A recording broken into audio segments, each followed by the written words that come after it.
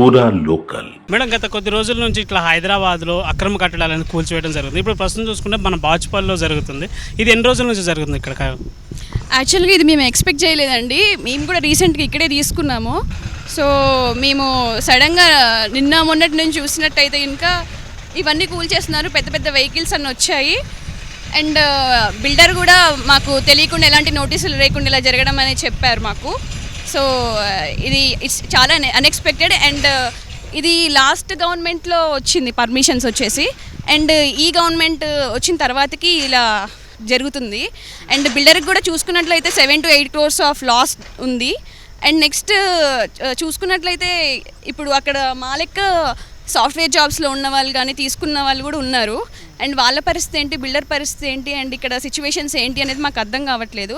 So దీనికి ఎలాంటి solution అసలు మేము తీసుకునేటప్పుడు ఎలాంటి జాగ్రత్తలు తీసుకోవాలి, అలాంటి అన్నీ మేము చూసుకొని తీసుకున్నా కూడా ఏ ప్రయోజనం లేదు. అండ్ మేము కూడా ఇక్కడ జస్ట్ జాబ్స్ చేసుకొని బతకడానికి వచ్చిన వాళ్ళమే. అండ్ ఇలా జరిగితే మాత్రం మాకు కూడా ఇప్పుడు టెన్షన్గానే ఉంది. ఇప్పుడు మేము ఉన్న ప్లేస్ ఉంటుందా లేదా ఏంటని.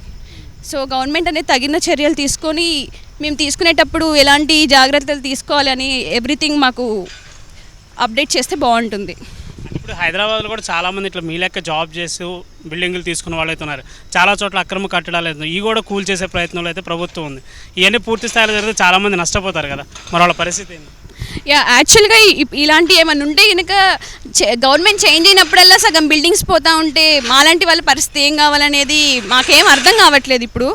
సో అసలు ఏం జరుగుతుంది, మేము ఉన్నది కూడా మేము జస్ట్ దాని పక్కనే ఉంటాం అనమాట. అండ్ చెరువు ఉందని కూడా మాకు తెలియదు అసలు. ఇక్కడ అది కట్టని అంటున్నారు. అసలు పర్మిషన్స్ ఎలా వచ్చాయి అలా చెరువు ఉన్నప్పుడు? అంటే గవర్నమెంట్కి ఒక చెరువు ఉంటుంది, గవర్నమెంట్కి ఒక బిల్డింగ్ ఉంటుంది, అంటే ఎలా? ఇంకా అంటే ఈ చెరువులకు సంబంధించిన పూర్తి డీటెయిల్స్ కూడా అంటే కస్టమర్స్కి చెప్పకుండా ఈ బిల్డర్స్ అనేవాళ్ళు అమ్మడం అయితే జరుగుతుంది కదా, అది నష్టమే కదా. అంటే రేపు రోజున ఇలా నష్టపోయి రోడ్ల మీద పడే వాళ్ళకి ప్రభుత్వం ఏమైనా అండగా నిలబడుతుంది అంటారా?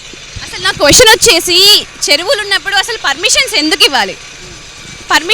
ఇవ్వాలి అనేది నా క్వశ్చన్. అది అంటే రానున్న రోజులు ఇట్లా బిల్డింగ్లు కూల్చివేతలు జరుగుతూనే ఉంటాయి. అట్లాంటి ప్రభుత్వం కూడా వాళ్ళకి నష్టపరిహారం ఇస్తే మంచిది అంటారా? ఏమన్నా ఖచ్చితంగా ఏదో ఒక నష్టపరిహారం ఉండాల్సిందే. అండ్ నెక్స్ట్ మిడిల్ క్లాస్ వాళ్ళు మాత్రం ఎలాంటి ఇబ్బందులు పడకూడదు. బిల్డర్ అంటే సరే ఏదో ఒకటి చేసి తన పైకి రావచ్చు, మళ్ళీ వాళ్ళకి ఇలాంటి కాంట్రాక్ట్స్ ఉంటాయి, నెక్స్ట్ వాళ్ళు ఇలానే చేస్తారు.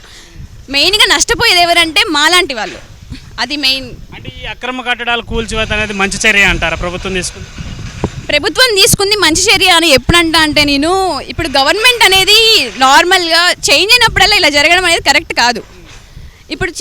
ఇప్పుడు మేము తీసుకున్నామండి, మాకు ఎంతో కొంత లోన్ ఉంది, అలానే అక్కడ మాలాగా తీసుకున్న వాళ్ళు ఉంటారు, వాళ్ళ పరిస్థితి ఏంటి? అలా కూల్ చేసుకుంటూ వెళ్తే మేము ఎక్కడ బతకాలి? అందులో ఇప్పుడు డిసిషన్ ఒకటి నడుస్తుంది. ఇప్పుడు రోడ్డు మీదకి పడి ఇప్పుడు జనాలు ఎలా కావాలి? రానున్న రోజుల్లో అయితే పూర్తి స్థాయిలో ఇది అమలు చేస్తే చాలామంది రోడ్డును పడే పరిస్థితి అయితే కనపడుతుంది. కరెక్ట్గా మనకి ఏంటంటే ఒక వెబ్సైట్ డెవలప్ చేసి అక్కడ చెరువులు ఉన్నాయి, ఈ అప్రూవల్స్ ఉండాలి, ఈ అప్రూవల్స్ లేని తీసుకోవద్దు అనేది ఎవ్రీ పర్సన్ ఎవరైతే ఇల్లు తీసుకోవాలనుకుంటున్నారో, మేము తీసుకున్నప్పుడు మాకు రేరా అప్రూవల్స్ ఉండాలి, హెచ్ఎండి అప్రూవల్స్ ఉండాలి, ఇలాంటివన్నీ చెప్పారు. కానీ ఇవి హైదరాబాద్లో ఇలా చేస్తున్నారని మాకు తెలియదు. ఇప్పుడు కొత్తగా వచ్చే ఏదైనా సరే ఒక రూల్ తీసుకొచ్చి ఆ రూల్ పాస్ చేసి ఇలాంటి రూల్స్ ఉంటేనే కట్టాలి అనేది పాస్ చేస్తే ఏ గవర్నమెంట్ వచ్చినా కూడా మాలాంటి వాళ్ళు సేఫ్గా ఉంటారనేది నా ఒపీనియన్.